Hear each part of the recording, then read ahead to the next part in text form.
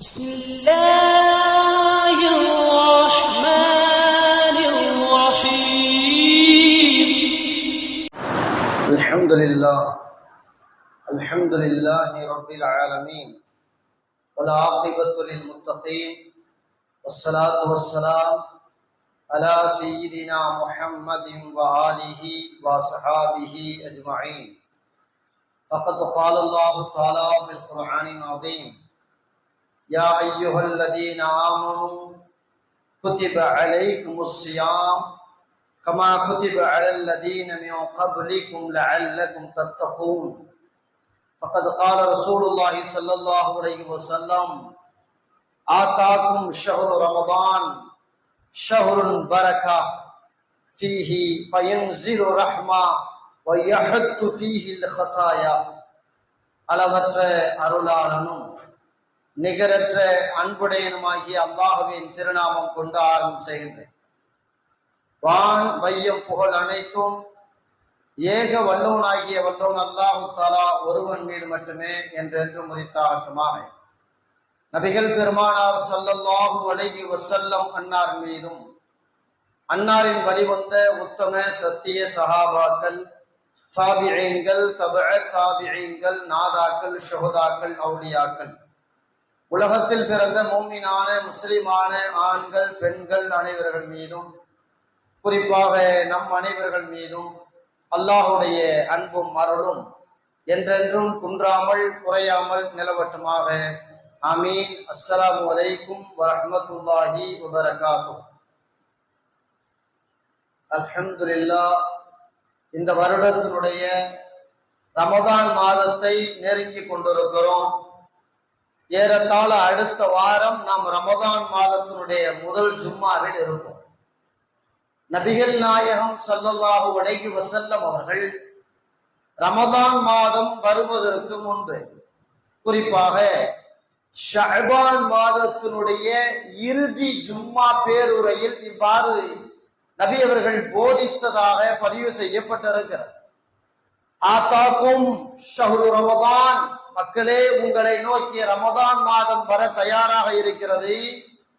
ஷஹ்ருன் பரக்கா, அது பரக்கத்து பொருந்திய மாதம். ஃபீஹி வயன்ஸிலு ரஹ்மா, அந்த மாதத்திலே அல்லாஹ்வுடைய அருள் வளம் ஒன்று இரண்டல்ல எண்ணிடலங்கா அளவு நிரப்பமாக அதில் இறங்க இருக்கிறது. வயஹத்து ஃபீஹில் ஹதாயா, அந்த மாதங்களில் சரியாக பாவ மன்னிப்பு தேடினால் சின்னது பெரியது என அனைத்து பாவங்களும் மன்னிக்கப்படும் என்று நபிகள் நாயகம் ஸல்லல்லாஹு அலைஹி வஸல்லம் அவர்கள் ரமதான் மாதம் வருவதற்கு முன்பே ரமதானுடைய சிறப்புகளை நிறைய இந்த உம்மத்திற்கு பேசியிருக்கிறார். அதாவது ரமதான் மாதம் என்பது அது வருகிறது என்று நினைக்கும் பொழுதே மூமீன்களின் உள்ளம் இபாதத்து செய்ய வேண்டும் என்ற ஆர்வத்திலே மிகுந்த ஆசையோடு இருக்கும். இந்த ரமதான் மாதம் வரவேற்கக்கூடிய மனப்பக்குவம் மூமீன்களுக்கு, முஸ்லிம்களுக்கு வேண்டும். காரணம், ரமதான் மாதம் பல இபாதத்துக்கள் ஒரே மாதத்தில் செய்யும் வாய்ப்பு இருக்கிறது. 5 வேளை தொழுகை, அதோடு சேர்த்து நோன்பு, வசதி உள்ளவர்கள் அந்த மாதங்கள் செய்யும் உம்ரா, அதோடு சேர்த்து வசதி இருப்பவர்கள் அந்த மாதத்தில் செய்யக்கூடிய ஜக்காத்து, இப்படியாக ஒரு மாதத்திற்குள் பல வகையான இபாதத்தை, அதிலும் குறிப்பாக அந்த ரமதான் மாதத்தில் 3 ஃபர்லான இபாதத்துகளை செய்கிறோம்: நோன்பு, தொழுகை, ஜக்காத். வேற எந்த மாதத்திலும் இப்படி ஒரு அம்சத்தை பார்க்க முடியாது. 12 மாசத்துல ஒரு மாதம் ரமதான், அதை விட்ட 11 மாதம் இந்த அமல் பெருசாலாம் பார்க்க முடியாது. 3 ஃபர்ல ஒரே மாதத்துக்குள்ள செய்யற பெரும் பாக்கியம். அல்லாஹ் தஆலா அந்த ரமதான் மாதம் முழுவதும் உடல் ஆரோக்கியத்தோடு இருந்து பல நல்லறங்கள் புரியும் பாக்கியத்தை நமக்கு இறைவன் தருவானாக. அதை நினைத்து இப்போதே துஆ செய்து கொண்டே இருக்க வேண்டும். இறைவா, ரமதான் மாதம் எங்களை நோக்கி வருகிறது. இந்த ரமலான் மாதத்திலே எல்லா இபாதத்தையும் செய்யக்கூடிய தாக்கத்தை, உடல் தெம்பை, பொருளாதார பலத்தை எங்களுக்கு சிறப்பாகத்தா அப்படின்னு அல்லாஹ்ட்ட அழுது கேட்டுக்கிட்டே இருக்கும் பொழுது ரப்பு அந்த மாதம் வந்த உடனே எல்லா அமலும் செய்ய தாக்கத்தை நமக்கு தந்துடுவான். அல்லாஹ் தஆலா அந்த ரமலான் மாதத்துல பெரும் பாக்கியம் செஞ்சிருக்கான். அல்லாஹ் குர்ஆன்ல ரமதான் மாதத்தை பத்தி நிறைய செய்திகளை சொல்லுவான். யா அய்யுஹல்லதீன ஆமனூ, இறை நம்பிக்கையாளர்களே, குதிப அலைக்குமுஸ் ஸியாம், உங்கள் மீது நோன்பு இந்த மாதத்திலே கடமையாக்கப்பட்டு இருக்கிறது. கமா குதிப அலல்லதீன மின் கப்லிக்கும், இந்த நோன்பு உங்களுக்கு மட்டும் கடமை நினைச்சிடாதீங்க, உங்களுக்கு முன் சென்ற சமூக மக்கள் எல்லோருக்கும் கடமையாக. அப்படின்னா மனிதனாக பிறந்த எல்லோரும் நோன்பு கடமையாக்கப்பட்டு இருந்தது.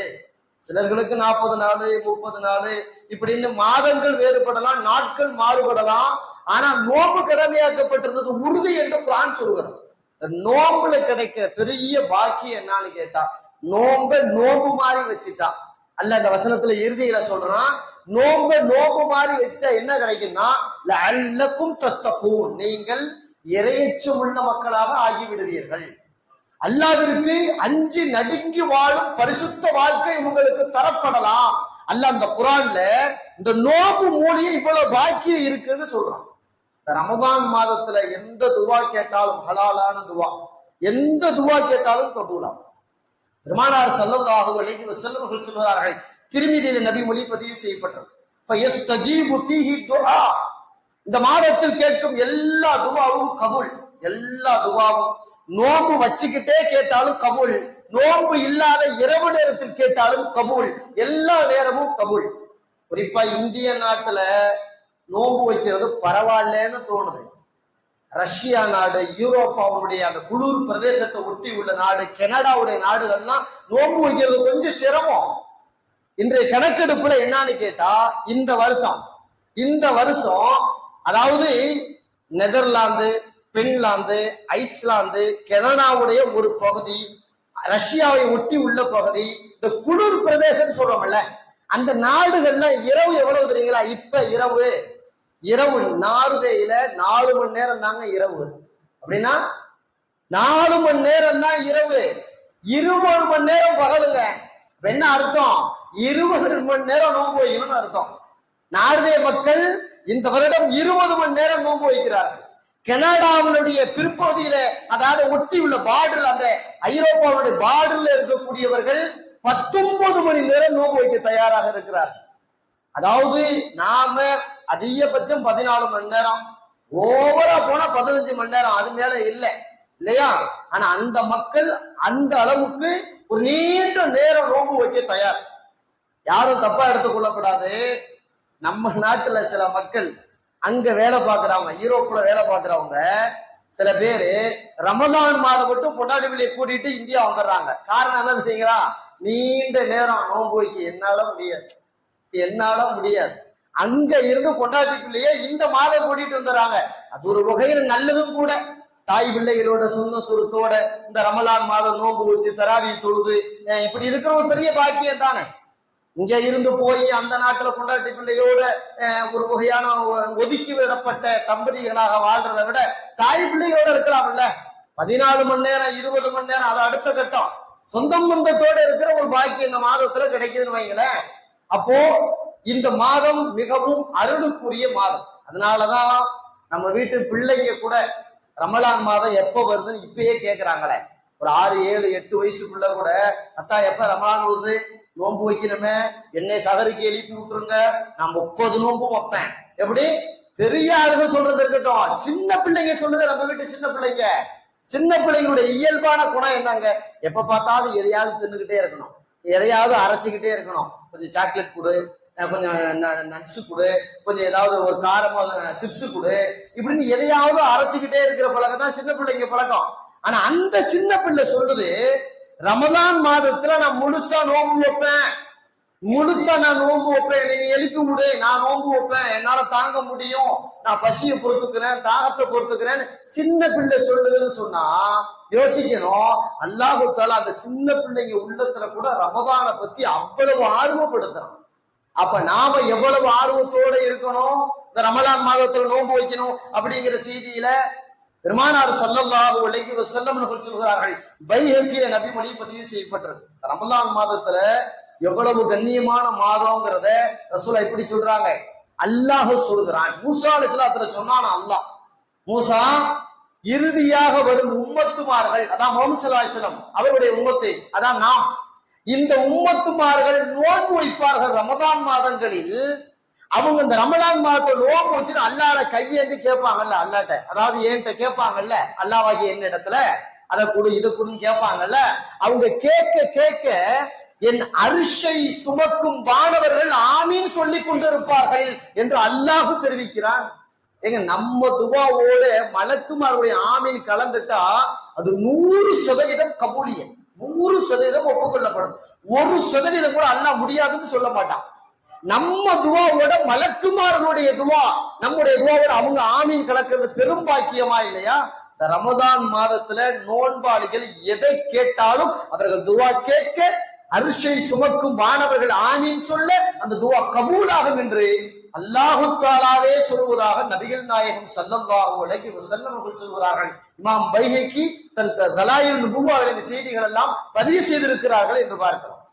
பெருமானார் ஸல்லல்லாஹு அலைஹி வஸல்லம் அடுத்து ஒரு செய்தி சொல்லுவாங்களே, ரமலான் மாதம் எவ்வளவு கண்ணியமானதுன்னு கேட்டா திருமிதியிலே நபி மொழி வருது, தஸ்பீஹத்துன் ஃபி ரமதான், ரமதான் மாதத்துல ஒரு தஸ்பீஹ், ஒரு தஸ்பீஹ்னா ஒரே ஒரு முறை சுபஹானல்லாஹ் அல்லது ஒரு முறை அல்ஹம்துலில்லாஹ் அல்லது ஒரு முறை அல்லாஹு அக்பர் அல்லது ஒரு முறை லா இலாஹ இல்லல்லாஹ், இப்படி ஏதாவது ஒரு தஸ்பீஹ் வைங்களேன்.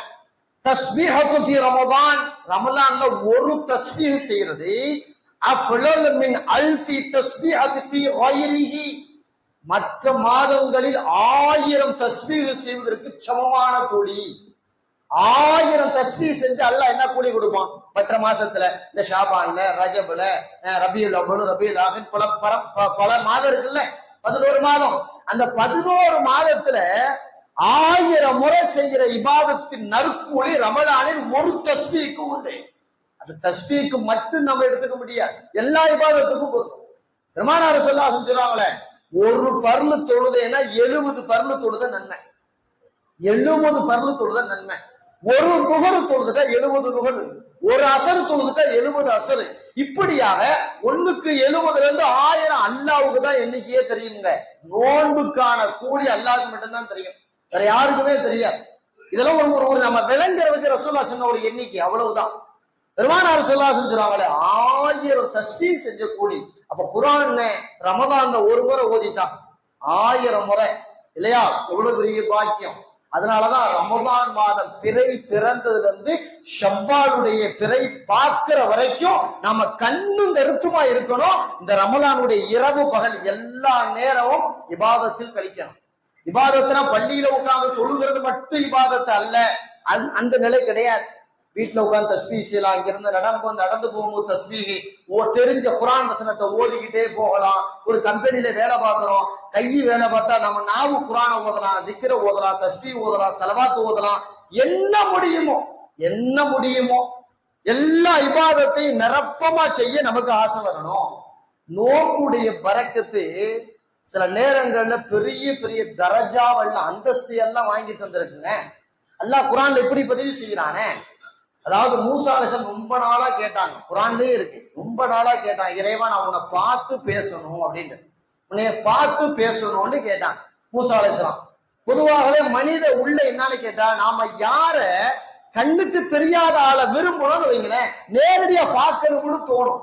எங்கேயோ ஒருத்தர் இருக்கார், அவரை பாத்திரணுங்கிறதுனால எப்படியாவது ஒரு முறை நேரடியா பாத்திரணும், பேசிடணும் அப்படிங்கிற ஆசை இருக்கா இல்லையா? அது மனித இயல்பு.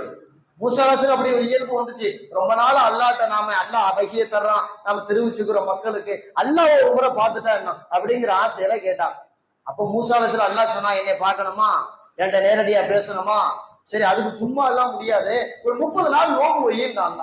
ஒரு 30 நாள் நோம்பு வச்சுட்டு வா அப்படின்னா, 30 நாள் நோம்பு வச்சுட்டு தூர் மலைக்கு வந்திருப்பான் அப்படின்னு ஒரு இடத்தையும் சொல்லிட்டான் அல்லாஹ். 30 நாள் நோம்பு எல்லாம் முடிச்சுட்டு அழகான முறையில உடுப்பு உடுத்தி, அதாவது அந்த நோம்புல இருக்கும்போதே ஒரு சின்ன துருவா, ஒரு வாடை, வாயில ஒரு வாடை, அந்த வாடையெல்லாம் நீக்கிறதுக்கு மிஸ்வாக்கெல்லாம் போட்டு பக்காவா தேய்ச்சு முடிச்சு குளிச்சு பல்லு விலைக்கு எல்லாம் பண்ணி அல்லாட்ட வேகமா போலான்னு நினைக்கும் பொழுது அல்லாஹ் சொன்னா, என்ன மூசா 30 நோம்பு முடிஞ்சா? 30 நோம்பு முடிஞ்சு. சரி, ஏன் இந்த பல்லு விளக்கிட்டு வந்த அப்படின்னு அல்லாஹ், இல்ல அது ஒரு மாதிரியா வாடை அடிக்கும்ல, அது எப்படி, அதனால உன்கிட்ட பேச வரும்போது, விஐபி பேச வரும்போது ரொம்ப சுத்தமா வேணும்ல அப்படின்னாங்க. அப்ப அல்லாஹ் சொன்னா, இல்ல அந்த வாடையோடையே வா, குளிச்சுக்க, ட்ரெஸ் மாத்திக்க, எல்லாம் பண்ணிக்க. இந்த நோம்பு வச்சுட்டு இந்த குடல் காஞ்சு போனதால ஒரு வாடை வரும் பத்தியா, இந்த வாடையோட நம்மள வந்து சந்தி. அதனால இன்னொரு 10 நோம்பு ஒய்யிட்டான்லாம், இன்னொரு 10 நோம்பு ஒய்யி அப்படின்ட்டான். அதே மாதிரி 40 நோம்பு வச்ச பிறகுதான் தூர்மலைக்கு போய் அல்லாவுடைய சின்ன அணு மூசா நபி பார்க்கக்கூடிய பாக்கியம் கிடைச்சிச்சு. அல்லாஹ் குர்ஆன்ல இப்படி பதிவு செய்யறான், மூசா 30 லைலத்தன். நாம அவருக்கு 30 நாள் நோம்பு வைக்க சொன்னோம். அதன் பிறகு பிறகு ஒரு 10 நாள் நோம்பு வச்சு 40 பூர்த்தி பண்ணுன்னு சொன்னோம். அவர் பூர்த்தி பண்ணிட்டு வந்தாரு அப்படின்னு அல்லாஹ் குர்ஆன்லயே பதிவு செய்யறானே. ஒரு அல்லாஹ்வை பார்க்கக்கூடிய பெரும் பாக்கியம் ஒரு நபிக்கு இந்த நோம்பு வைக்கிறதுல கிடைச்சிருக்குங்க. நோம்பு வைக்கிறதுல கிடைச்சிருக்கு. இப்ப நோம்பு வைக்கிறது இருக்கு, அவ்வளவு பெரிய பாக்கியத்தை எல்லாம் வாங்கி தந்துரும். நோம்பு வைக்கிறது மூலம் அல்லாஹ்வுடைய அல்லாஹ்ட்ட நம்முடைய அந்தஸ்து உயர்ந்து போகும். அல்லாஹ்வை நெருங்குவதற்கான இலகுவான வழி இபாதத்துல நோம்புதான். அல்லாஹ்விடத்துல உயர்ந்த அந்தஸ்தை பெற இலகுவான வழி நோம்புதான். அல்லாஹ்வின் அன்பையும் அருளையும் இலகுவாக பெற நோம்பு மட்டும்தான் இலகுவான வழி. அதனாலதான் மற்ற இபாதத்துல கொஞ்ச நேரம்னு சொன்னவன் நோம்ப மட்டும் 1 மாதத்துக்கு வச்சிருக்கான். 1 மாதத்துக்கு வச்சிருக்கான். ஹஜ்ஜி எத்தனை நாளுங்க? 5 நாள் அல்லது அதிகபட்சம் 5.5 நாள் இல்லையா? ஜக்காத்து கையில இருந்தா கொடுத்து முடிச்சா ஒரு செகண்ட்ல முடிஞ்சிச்சு அமல். எடுக்கிறோம், கொடுக்கிறோம், அவ்வளவுதான். அதிகபட்சம் ஒரு 5 நிமிஷம் ஆகுமா அதை எடுத்து கொடுக்க? அந்த 5 நிமிஷத்துல ஜக்காத்துங்கிற அமல் காலி. ரொம்ப பெரிய தொழுகையே நீங்க பரல தொழுதாலும் ஒரு 15 நிமிஷம் தொழுவோமா? உச்ச கட்டமா ஒரு 20 நிமிஷம், அதுக்கு மேல இல்ல. ஆனா இந்த ரமதானுடைய நோன்பு இருக்குத 30 நாளுங்க. அல்லாஹ்வுக்கும் நமக்குமான தொடர்பு 1 மாதம் நீடிக்கிறது. 1 மாதம் நீடிக்கிறது. எவ்வளவு பெரிய பாக்கியம்! அது வருட வருடம் நம்மிடத்துல வந்து போவதால் நம்முடைய சிந்தனையில ஒரு சாதாரணமா தெரியுது. ஆனா அல்லாஹும் அல்லாஹ்வுடைய தூதர்களுடைய வழியில அது பெண்ணும் பெரிய இபாதத்து, கண்ணியமான இபாதத்து, இறைவன் நெருக்கத்தை பெறும் இபாதத்து அப்படின்னு அல்லாஹ் குர்ஆன்லயே பதிவு செஞ்சிருக்கிறானே. மரியம் அலைஹிஸ்ஸலாத்தை பத்தி அல்லாஹ் குர்ஆன்ல இப்படி சொல்லுவான். மரியம் அலைஹிஸ்ஸலாம் ஒரு அதிசய பெண், அதாவது ஆண் தொடாமல் பிள்ளை பெற்றவர்கள். அது மரியம் அலைஹிஸ்ஸலாம் இல்லையா? ஆண் தொடல, அந்த அம்மா பெண்ணு தான்.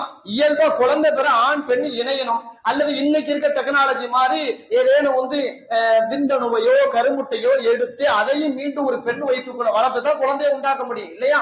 ஆனா அன்னைக்கு அல்லாஹ் என்ன முடிவு பண்றான்? ஆண் துணை இல்லாம மரியம் அலைஹிஸ்ஸலாம் குழந்தைய பெத்தெடுக்கிறாங்க. பெத்தெடுத்து அந்த அம்மா கேட்டாங்க, இறைவா நீ இந்த குழந்தைய எடுத்துட்டு ஊருக்குள்ள போன்னு சொல்ற, இனி ஊருக்குள்ள தப்பா இல்ல பேசுவாங்க.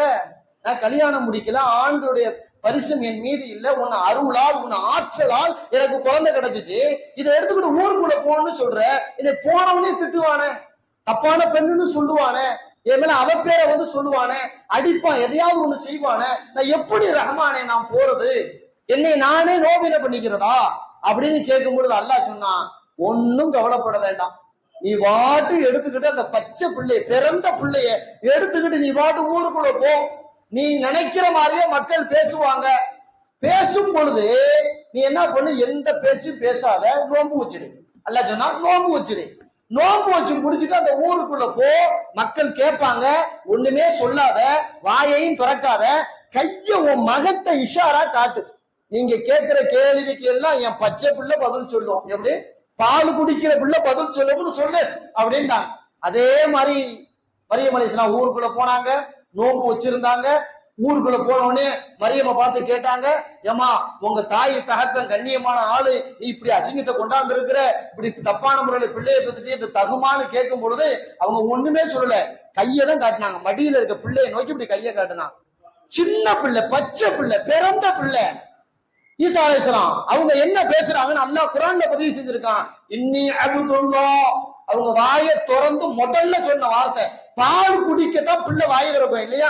ஈசா அலைஹிஸ்ஸலாம் அல்லாஹ் அங்க பேச வைக்கிறான். காரணம் மரியம் அலைஹிஸ்ஸலாம் நோபாலியா இருந்ததுனால அந்த அம்மாவை கண்ணியப்படுத்துறதுக்காக ஈசா அலைஹிஸ்ஸலாம் வாயை திறந்து சொல்றாங்க, இன்னி அப்துல்லாஹ், நான் அல்லாஹ்வின் அடியானாக இருக்கிறேன், ஆத்தானியல் கிதாப், எனக்கு வருங்காலத்தில் வேதம் தரப்பட இருக்கிறது, வஜஅலனி நபிய்யா, நான் உங்களுக்கெல்லாம் நேர்வழி காட்டும் இறை தூதராக வருங்காலத்தில் நான் வரப்போகிறேன். எங்க அம்மாவை திட்டாதீங்க, நான் பிறந்தது அல்லாஹ்வின் ஆற்றலால் பிறந்தேன், அவனுடைய சக்தியால் நான் பிறந்தேன், எங்க அம்மா தப்பான பெண் அல்ல அப்படின்னு யாரு பேசுறா?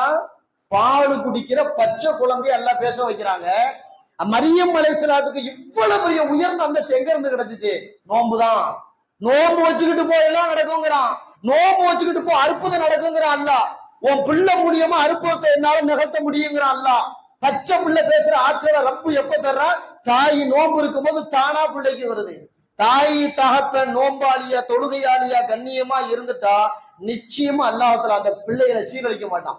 அந்த பிள்ளைகளை கெட்டு போக விட மாட்டான். அந்த பிள்ளைகள் மூலமாக தாய் தகப்பனுக்கு மரியாதையை மட்டும்தான் வாங்கி தருவான். இது சொல்லுது, இந்த வரலாறு சொல்லுதே.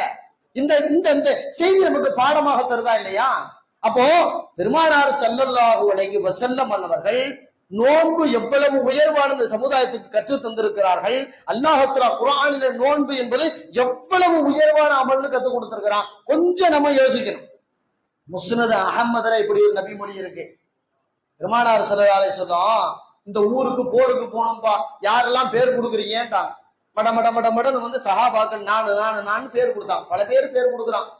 இதுல வந்து அபு உமாமா ரலியல்லாஹு தஆலா அவருக்கு இந்த செய்தியை கேள்விப்பட்டு நேரா ஓடி வந்து என் பேரை எழுதிக்கங்க அப்படின்றார்.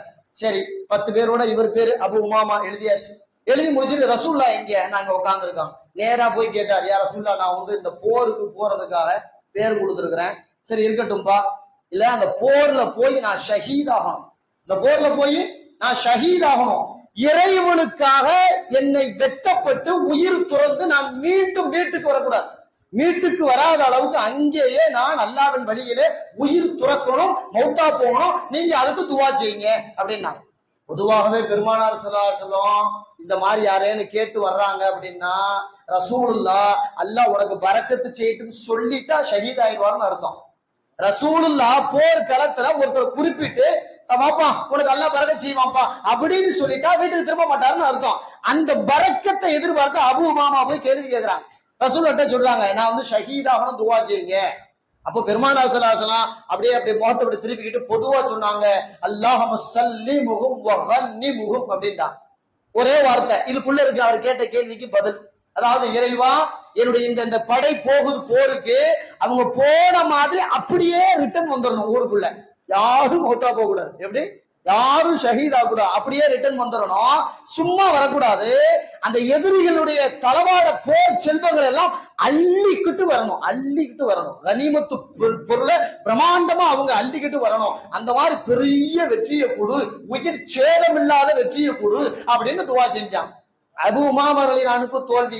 என்னப்பா நாம ஷஹீதுன்னு கேட்டா ரசூலுல்லாஹ் சல்லிமுஹும் கன்னிமுஹும் சொல்லிட்டாங்களே, அப்ப நாம இந்த போர்ல கன்ஃபார்மா ஷஹீதாக முடியாது. முடிவு பண்ணிட்டு போனாரு. போரெல்லாம் முடிஞ்சிச்சு. அதே மாதிரி கனிமத்தோட வந்துட்டாங்க. அடுத்து ஒரு முறை இதே மாதிரி அறிவிக்கப்படுது. அபு உமாமா போறாரு, பேரை கொடுக்குறாரு, ரசூலுல்லாஹ் போய் கேட்கிறாரு. ரசூலுல்லாஹ் இதே மாதிரிதான் துவா செஞ்சாங்க. அப்பையும் முடியல. 3வது முறையும் போனாரு, இதே மாதிரி துவா செய்ய சொன்னாரு. அதன் பிறகு விளங்கிக்கிட்டாரு, ஷஹீதுங்கிற அந்தஸ்து நமக்கு நசீபுள்ள போல இருக்கு. நமக்கு என்ன நோக்கம்? சொர்க்கம் போகணும், அவ்வளவுதானே. ஷஹீது அசால்ட்டா சொர்க்கம் போகலாம். அந்த மாதிரி அசால்ட்டா சொர்க்கம் போகணும், ரொம்ப அசால்ட்டா சொர்க்கம் போகணும் அப்படின்னு முடிவு பண்ணி கேட்டார். யார ரசூலுல்லாஹ், நான் சொர்க்கம் போறதுக்கு தான் ஷஹீது வேணும்னு கேட்டேன். நீங்க முடியாதுன்னு சொல்லிட்டீங்க.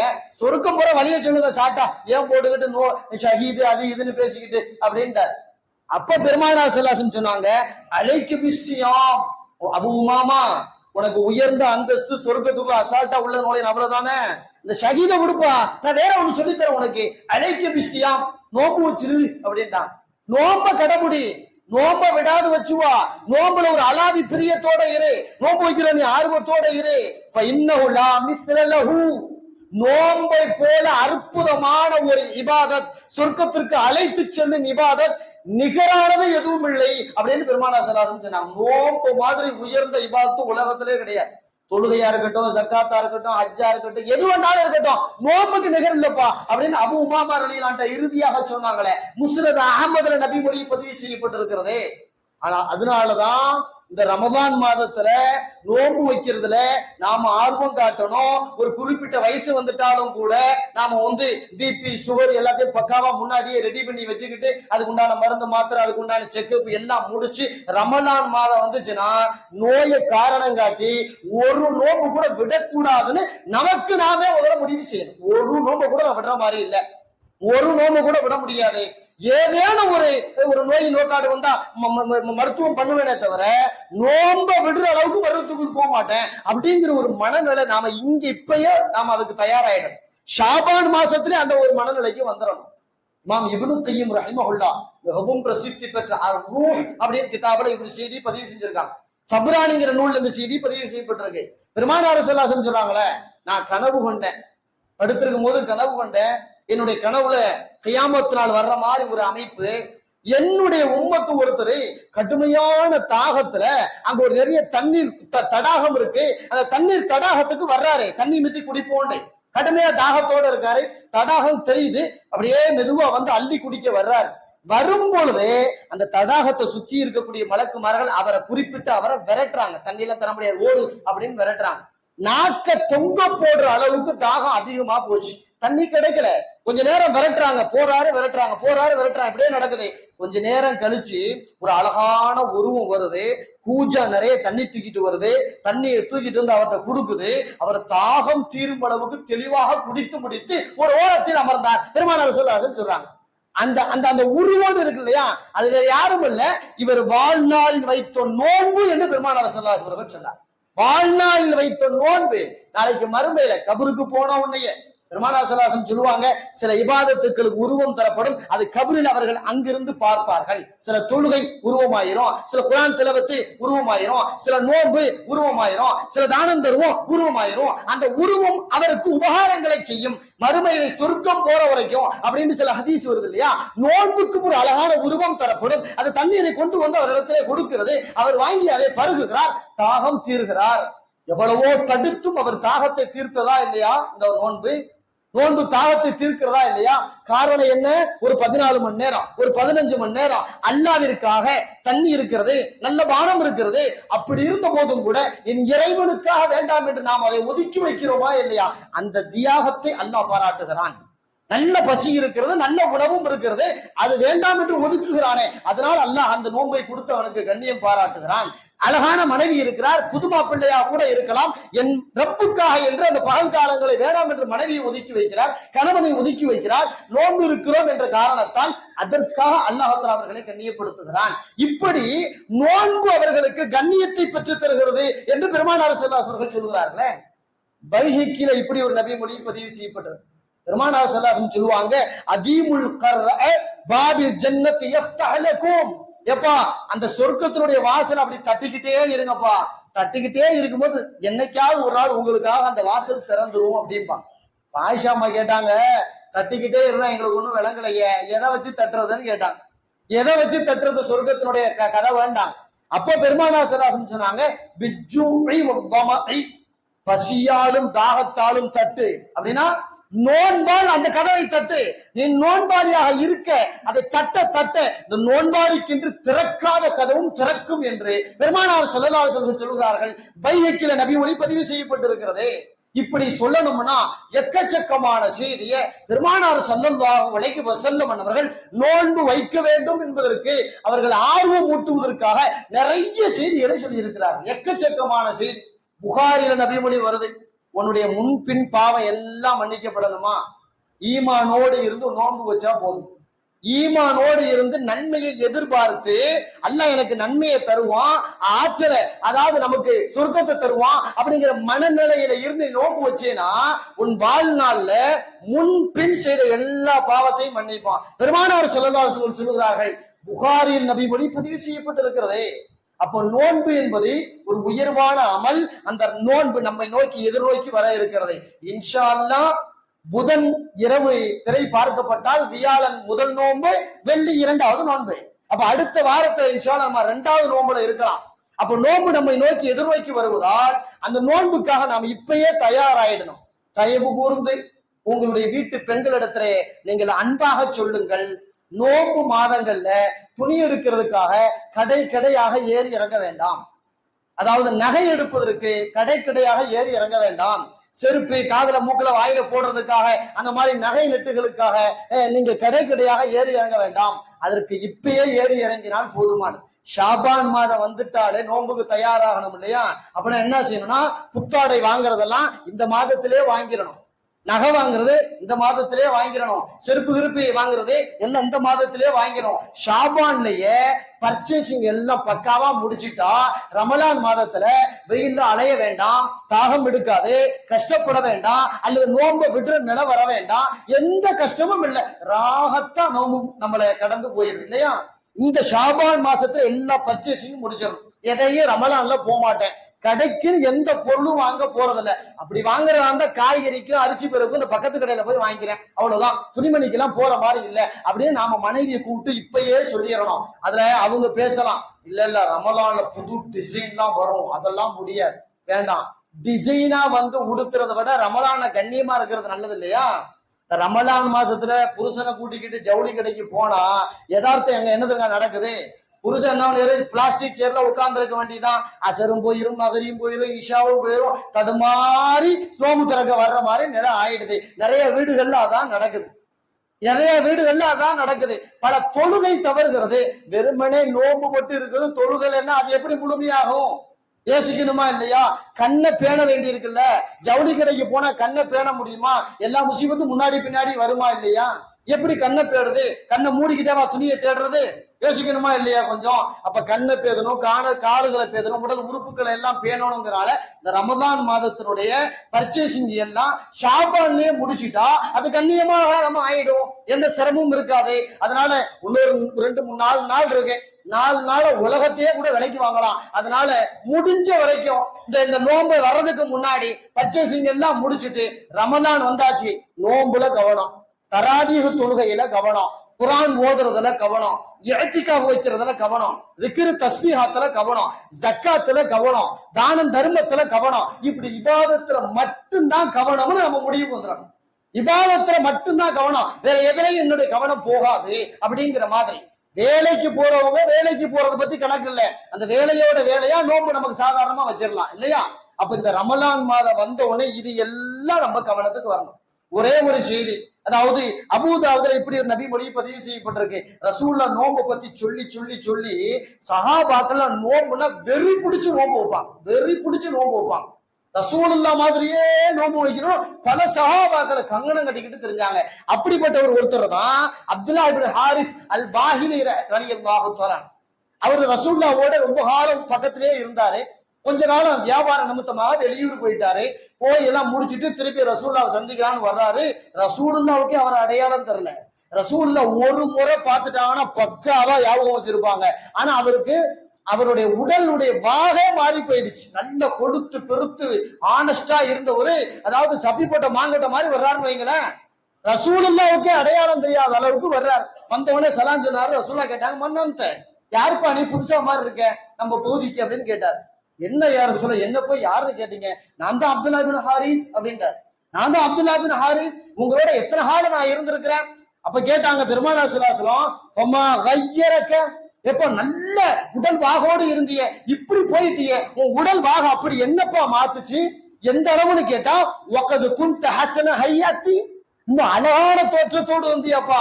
ஆண் அழகலை போல நீ இருந்தாயே, இந்த தோற்றம் எங்கே போனது, உடல் பாகு எங்கே போனது, உடல் வனப்பு எங்கே போனது, எனக்கே அடையாளம் தெரியலையப்பா, என்ன ஆச்சு உனக்குன்னு கேட்டாங்க. அப்ப அவரு சொன்னாரு, ஒண்ணும் இல்லை யார சொல்ல, அவங்கள விட்டு போனல, போனதுல இருந்து நோம்பு நோம்பு நோம்பு, எல்லா நேரமும் நோம்புதான், எல்லா நேரமும் நோம்புதான்.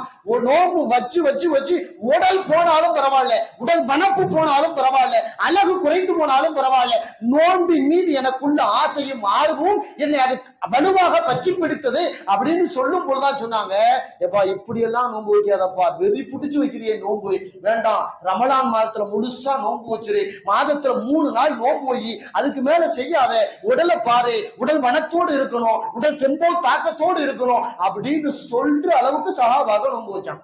சஹாபாக்கள் நோம்பு நிறைய வைக்காதேன்னு சொல்ற அளவுக்கு சஹாபாக்கள் நோன்பு வச்சாங்க. ஆனா நாம நோம்பு வையின்னு சொல்ற அளவுக்கு நோம்பு வச்சு பேச வேண்டியிருக்கு. நாம நோம்ப வையின்னு சொல்ற அளவுக்கு பேச வேண்டியிருக்கு. ரசூலுல்லா பேசுனதுனால என்னமோ சஹாபாக்கள் அளவு கிடந்து நோம்பு வச்சாங்களே. அப்ப நோம்புங்கிறது பெரும் பாக்கியம். நாம நோம்பு வைக்கிறோம், பிள்ளைங்களை நோம்பு வைக்க தூண்டணும். முடிந்த வரை நாம் இந்த 30 நோம்பையும் பரிபூரணமாக வைப்பேன் என்று ஒரு ஆர்வத்தோடு வைக்க வேண்டும். அப்ப நோன்பா இருக்கட்டும், தராவி தொழுகையா இருக்கட்டும், மற்ற இபாதத்தா இருக்கட்டும், எல்லாம் சரியா செய்யணும். இந்த குர்ஆனுடைய விஷயத்தை பாருங்களேன். அதாவது ஒரு நாளைக்கு ஒரு ஜுசு ஓதுனா 30 நாளைக்கு ஒரு குர்ஆன் இல்லையா? ஒரு நாளைக்கு ஒரு ஜுசு இல்லைன்னு சொல்ல முடியாது, நேரம் இல்லைன்னு சொல்ல முடியாது. 5 வேளை தொழுகிறோம் இல்லையா? 5 வேளை தொழுகும் போது ஒரு வேளை தொழுகையில 2 தாள் ஓதிடுவேன், 2 பேப்பர் ஓதிடுவேன். கணக்கெடுத்து பாருங்களேன். கணக்கெடுத்து பாத்தீங்கன்னா 5 வேளை தொழுகைக்கு 10 தாள், ஒரு ஜுசு அவ்வளவுதான். ஒரு ஜுசு அவ்வளவுதான். ஃபஜ்ருக்கு வரும்போது 2 தாள், லுஹருக்கு வரும்போது 2 தாள், அசருக்கு வரும்போது 2 தாள், மகரிபு இஷாவுக்கு 2 தாள் அப்படின்னு சொல்லி வச்சாச்சுன்னா ஒரு நாளைக்கு ஒரு ஜுசு, 30 நாளைக்கு ஒரு குர்ஆனை அசால்ட்டா குர்ஆன் முடிக்கலாம். அசால்ட்டா குர்ஆன் முடிக்கலாம். அப்ப முடிஞ்ச வரைக்கும் குர்ஆனை முடிக்கிறது, திக்ர் ஓதுறது, தஸ்பீஹ் செய்யறது, ஜகாத் எல்லாம் பரிபூர்ணமா இந்த மாதத்துக்குள்ள நம்ம வந்துடணும், செஞ்சிடணும் அப்படிங்க ஆர்வப்படணும். வல்லோன் அல்லாஹ் தஆலா எதிர்வரும் ரமதானை நாம் அடைந்து அதில் அல்லாஹ் விரும்பும் எல்லா வகையான இபாதத்தையும் மிக தெளிவாக இஹ்லாஸாக அதை செய்யக்கூடிய பெரும் பாக்கியத்தை இறைவன் நமக்கு வழங்குவானாக. வாஹிர் தஅவானா அல்ஹம்துலில்லாஹி ரப்பில் ஆலமீன். அஸ்ஸலாமு அலைக்கும் வரஹ்மத்துல்லாஹி வபரகாத்துஹு.